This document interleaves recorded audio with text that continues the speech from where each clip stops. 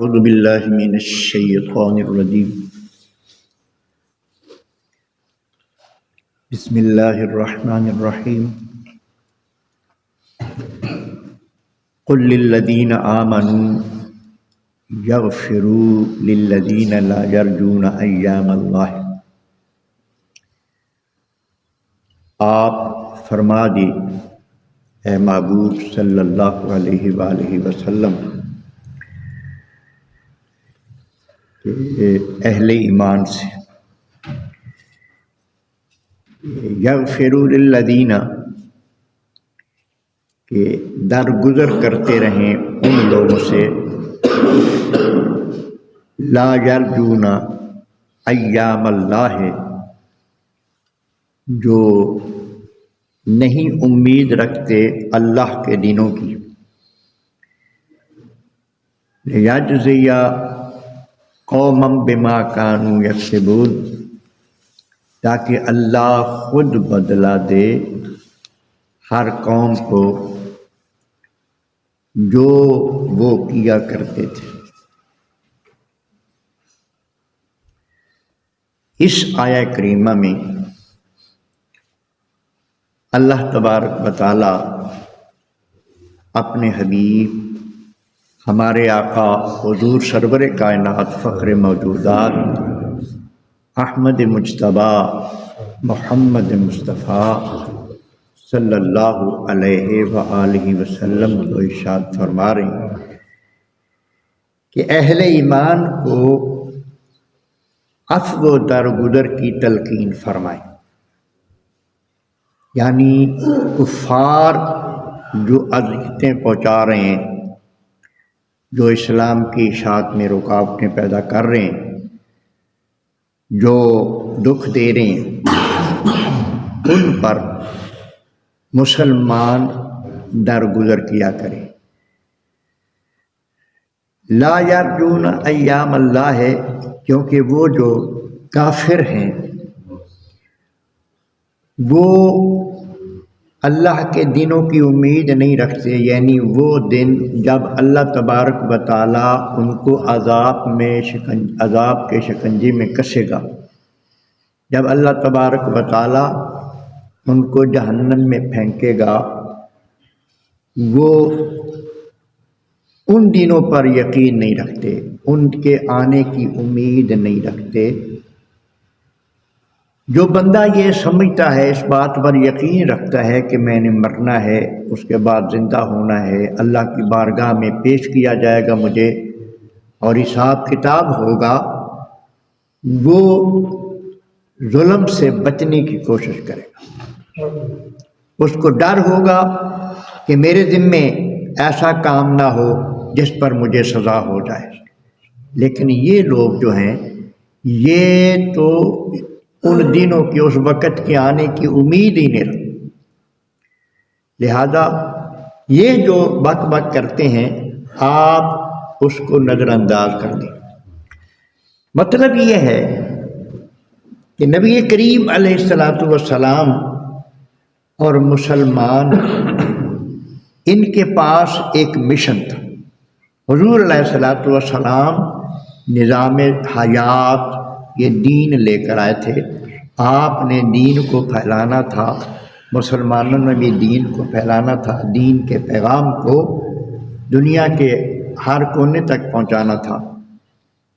تو جو دین دشمن تھے ان کا مقصد صرف یہی تھا کہ دین کے راستے میں رکاوٹ پیدا ہو جائے، یہ نظام متعارف نہ ہو، یہ مشن رک جائے، وہ یہ چاہتے تھے، اور کوئی نہ کوئی بات، کوئی نہ کوئی حرکت ایسی کر دیتے جو مسلمانوں کو غصہ دلاتا، مسلمان طیش میں بھی آ جاتے۔ ایک شان نزول میں یہ بھی لکھا ہوا ہے کہ بنی مستلق غزوے سے جب واپسی ہوئی تو ایک جگہ پہ پڑاؤ ہوا، تو وہاں ایک کنواں تھا، عبداللہ ابن ابی بھی ابھی ساتھ تھا اس میں۔ یہ بہت بڑا منافق تھا عبداللہ بن ابی، یہ بہت بڑا منافق تھا، اندر سے دین کا دشمن تھا، اوپر سے دنیوی مفادات حاصل کرنے کے لیے یہ مسلمانوں کے ساتھ ساتھ تھا، نمازیں بھی ساتھ پڑھتا، ساروں کو ساتھ کرتا۔ اس نے اپنے غلام کو کنویں سے پانی لینے کے لیے بھیجا، وہ دیر سے آیا، اس نے کہا دیر کیوں لگائی ہے؟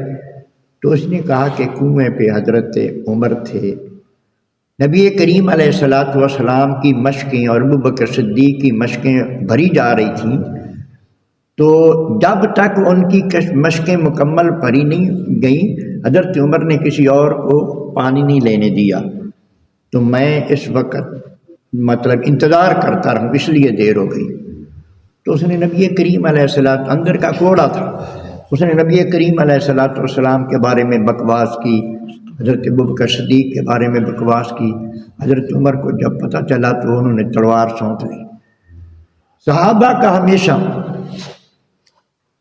یہ طریقہ رہا ہے کہ نبی کریم علیہ الصلاۃ والسلام کی بے ادبی اور گستاخی یا اللہ کی بے ادبی وہ کسی کی زبان سے نہیں سن سکتے، انہوں نے تلوار سونت لی۔ نبی کریم علیہ الصلاۃ والسلام نے اللہ کے اس حکم کے مطابق منع فرما دیا کہ ابھی آپ صبر سے کام لیں۔ اسی طرح حضرت ابوبکر صدیق ایک دفعہ یہودیوں کے مجمع میں اللہ کی وحدانیت کی بات کر رہے تھے، دین کا پیغام دے رہے تھے، تو ایک یہودی نے کہا کہ اللہ تو محتاج ہے، ہم غنی ہیں، کیونکہ وہ قرضہ مانگتا ہے۔ من یقرض اللہ قرضا حسنا، اللہ نے فرمایا کہ کون ہے جو اللہ کو قرض حسنا دے۔ قرض حسنا سے قرضہ ہر اس عمل کو کہا جاتا ہے جس کا بدلہ دینے کا وعدہ کیا گیا ہو۔ مسلمان کے ہر نیک عمل کا بدلہ، برے عمل کا بھی بدلہ، برے عمل پر سزا ہے، نیک عمل پر جزا ہے، اللہ نے دینے کا وعدہ کیا، اس لیے ہر عمل کو قرضہ کہا جاتا ہے۔ اس نے اپنے مفہوم میں بکواس کی، بے ادبی کی کہ اللہ محتاج اس لیے قرضہ۔ حضرت ابوبکر صدیق رضی اللہ تعالیٰ نے اس کو ایک تماچا رکھ دیا۔ آپ نے ذرا پر بھی اس بات کا نہیں سوچا کہ یہ زیادہ ہیں۔ بہرحال وہ حضور کی بارگاہ میں شکایت لے کے آئے، تو جب ابوبکر صدیق سے پوچھا گیا تو آپ نے فرمایا کہ یا رسول اللہ، اس نے یہ بے ادبی کی ہے اس لیے میں نے مارا۔ وہ مکر کیا، اس نے کہا نہیں میں نے کی، یہ جھوٹ بول رہے ہیں۔ اللہ تبارک و تعالیٰ نے ارشاد فرمایا، قرآن مجید کی آیت نازل فرمائی کہ محبوب میں نے خود سن لیا ہے کہ اس نے یہ بات کہی ہے، ابوبکر سچ فرما۔ تو اب یہ آیا کریمہ اس لیے اللہ پاک نے فرمایا کہ درگزر کرو کہ تمہارے کام میں رکاوٹ پیدا نہ ہو جائے۔ یہ اپنی جگہ سے بک بک کرتے رہیں، تم دین کا کام کرتے رہو، ان سے الجھنے کی ضرورت نہیں۔ اب یہ جو آیا کریمہ ہے اس کا حکم جو تھا وہ ایک وقت کے لیے تھا، اس کے بعد پھر یہ آیا کریمہ کا جو حکم ہے نا یہ منسوخ ہو گیا۔ پھر جب حالات اللہ کے نزدیک مسلمانوں کے حق میں ایسے ہو گئے کہ مسلمانوں کی تعداد بڑھی، تو اللہ پاک نے جہاد کا حکم دے دیا اور اس آیت کا حکم جو تھا وہ منسوخ ہو گیا۔ اللہ تبارک و تعالیٰ کا یہ طریقہ ہے، اللہ فرماتا ہے ما ننسخ من آیت او ننسها نأتی بخیر منها ومثلها۔ اللہ تبارک و تعالیٰ کسی حکم کو منسوخ کر دیں یا بھلا دیں تو اللہ تبارک و تعالیٰ یا تو اس جیسا کوئی حکم لے آتا ہے یا اس سے بہتر کوئی حکم لے آتا ہے۔ کئی ایسے معاملات جن کا پہلے یہ شراب جو ہے نا، پہلے اس کا حکم آیا تھا کہ شراب کی حالت میں نماز نہ پڑھو، جب تم نشے کی حالت میں ہو تو اس وقت نماز نہ پڑھو، یعنی جب نماز کا وقت ہو تو اس وقت یہ نہ پیو، مطلقاً حرام نہیں ہے۔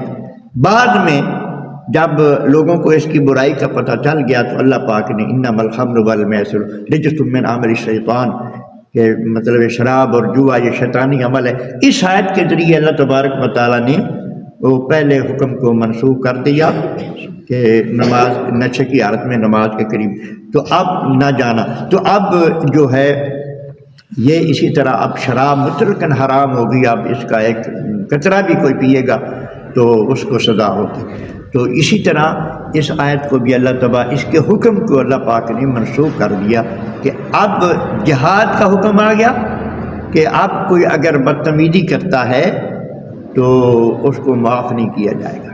اللہ تبارک و تعالیٰ کے شان میں نبی کریم علیہ السلام کی شان میں بے ادبی کرتا ہے تو اس کی اسی وقت اس کی زبان کو روک دیا جائے گا۔ تو ارشاد فرمایا اللہ تبارک و تعالیٰ نے پیچھے یہ اللہ پاک اس وقت یہ ارشاد فرمایا کہ جو وہ کرتے ہیں نا اللہ تبارک و تعالیٰ اس کا بدلہ چکا دے گا۔ جب مسلمانوں کو صبر کی تلقین دی تھی، کیونکہ ابھی تعداد بھی کم تھی، تو ایسا بھی ہو سکتا تھا کہ کسی جنگ کی صورت میں مسلمانوں کا نقصان ہو، قوت چونکہ کم ہے۔ اللہ فرماتا ہے ان کا بدلہ میں خود ان کو دے دوں گا ان کے برے کام کا، آپ صبر کریں۔ لیکن بعد میں پھر اللہ پاک نے جہاد کا حکم دے دیا۔ اس کے بعد ارشاد فرمایا من عامل صالحا فلنفسہ، جو نیک عمل کرے گا وہ اپنے آپ کو فائدہ پہنچائے گا۔ جو نیک عمل کرے گا وہ اپنی جان کے لیے، جو بھی نیک عمل کرے گا اس کا فائدہ اس کو اپنی ذات کو پہنچے گا۔ ومن اساء فعلیہا، اور جو برا کام کرے گا اس کا وبال اسی پر ہوگا۔ جو برا کام کرے گا اس کا وبال اسی پر ہوگا، اس کی سزا اسے بھگتنی ہوگی۔ لہذا اس آیہ کریمہ کے ذریعے برے کام سے بچنے کی تلقین ہو رہی ہے اور نیک کام کرنے کی ترغیب دلائی جا رہی ہے کہ تمہیں اگر فائدہ حاصل کرنا چاہتے ہو، اللہ کی بارگاہ سے اجر حاصل کرنا چاہتے ہو، تو پھر نیک کام کرو، برائی چھوڑ دو۔ ثم الی ربکم ترجعون، پھر تم اپنے رب کی طرف لوٹائے جاؤ گے۔ پھر تم اپنے رب کی طرف، دنیا میں تم نے زندگی جیسے گزارنی ہے، نیک کرو گے، کام کرو گے تو اس کا بدلہ بھی بہترین ہوگا، برے کام کرو گے تو پھر سزا پاؤ گے۔ لہذا یہ بات ذہن میں رکھ کر ہر کام کرنا ہے کہ ایک دن تمہیں اللہ کی بارگاہ میں پیش کیا جائے گا۔ اللہ تبارک و تعالی ہمیں برائی سے توبہ کرنے کی توفیق عطا فرمائے اور نیکیوں کے ساتھ زندگی بسر کرنے کی توفیق عطا